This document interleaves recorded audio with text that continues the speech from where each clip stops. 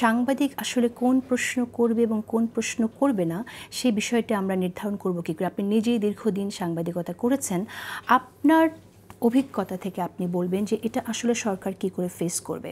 মানে একটা হচ্ছে আমরা নীতিমালার কথা বলছি যে সাংবাদিক কী করতে পারবে তার এথিক্স থেকে, আমরা এটা ডেফিনেটলি তার রাইট আছে প্রশ্ন করার, কিন্তু পাশাপাশি আমরা এটাও তো দেখেছি গত 15 বছরে প্রশ্ন দিয়েই কিভাবে বয়ান হাজির করা হয়েছে, ফ্যাসিজমকে শক্তিশালী করা হয়েছে। তাহলে এক্ষেত্রে আমাদের অবস্থান কি হবে, সরকার এখানে কি করবে আসলে?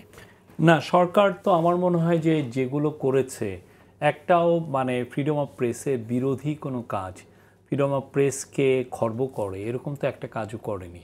আপনি যদি দেখেন যে সাংবাদিকরা যে কোশ্চেন করলো, আমরা কিন্তু সাংবাদিককে কাউকে বলি না আপনি কোশ্চেনটা কেন করলেন। আমরা কিন্তু সাংবাদিকের প্রশ্ন করার রাইটকে আমরা চ্যালেঞ্জ করিনি কোনো ধরনের। কেউ আমাদের, উনি প্রশ্ন করেছেন, ওনার 3 জন প্রশ্ন করেছেন এবং আমাদের সংস্কৃতি অ্যাডভাইজার উনি কিন্তু পোলাইটলি তাদের উত্তরটা দিয়েছেন।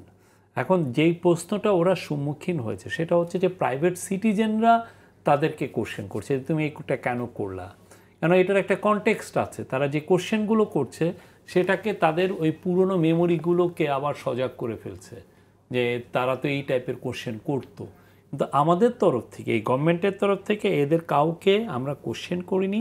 এদের কাউকে আমরা একটা মানে তাদের চাকরি সংক্রান্ত যে জটিলতাও তৈরি হয়েছে, কেউ সাসপেন্ডেড হয়েছেন, আমরা কোথাও বলিনি এই তোমার এই লোকটা এই কোশ্চেন করেছে, তুমি কেন অ্যাকশন নিচ্ছ না। আমরা সবাইকে ইনভাইট করছি, বাংলাদেশের সমস্ত লিডিং পত্রিকা, যে সমস্ত এডিটররা আমাদেরকে একটু ঘুরিয়ে পেঁচিয়ে আমাদেরকে না মানতে চাচ্ছেন, আপনারা আপনাদের 10টা রিপোর্টার রেখে আপনারা ইনভেস্টিগেট করেন না যে আমাদের এখানে রোল ছিল কিনা।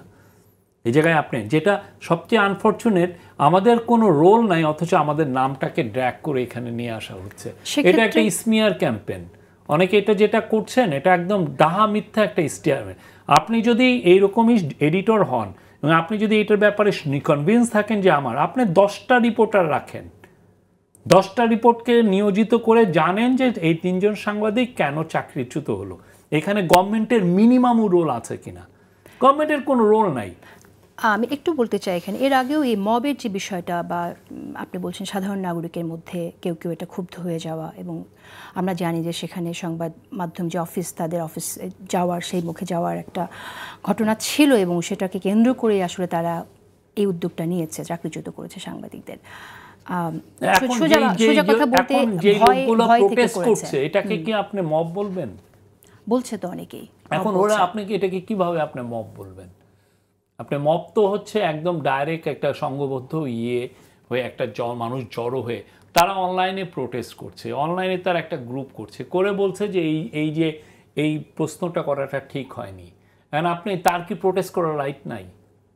একটা প্রাইভেট সিটিজেন কি একটা জার্নালিজমকে সে কি প্রশ্নবিদ্ধ করতে পারে না? তার কি এটা রাইট নাই?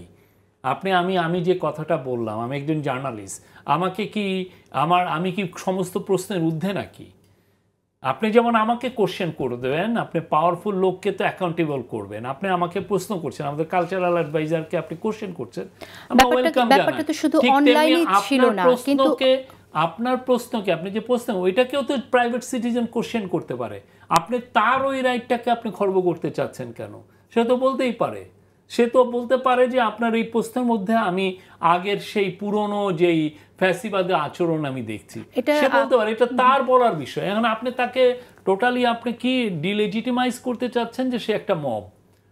আপনি কিভাবে, সে কি আদৌ মব নাকি তার রাইটটা আপনি একজন ইন্ডিপেন্ডেন্ট আরবিটার এনে বলেন যে তার রাইট আছে কিনা? তার রাইট আছে, সেই অবশ্যই সে প্রোটেস্ট করতে পারে।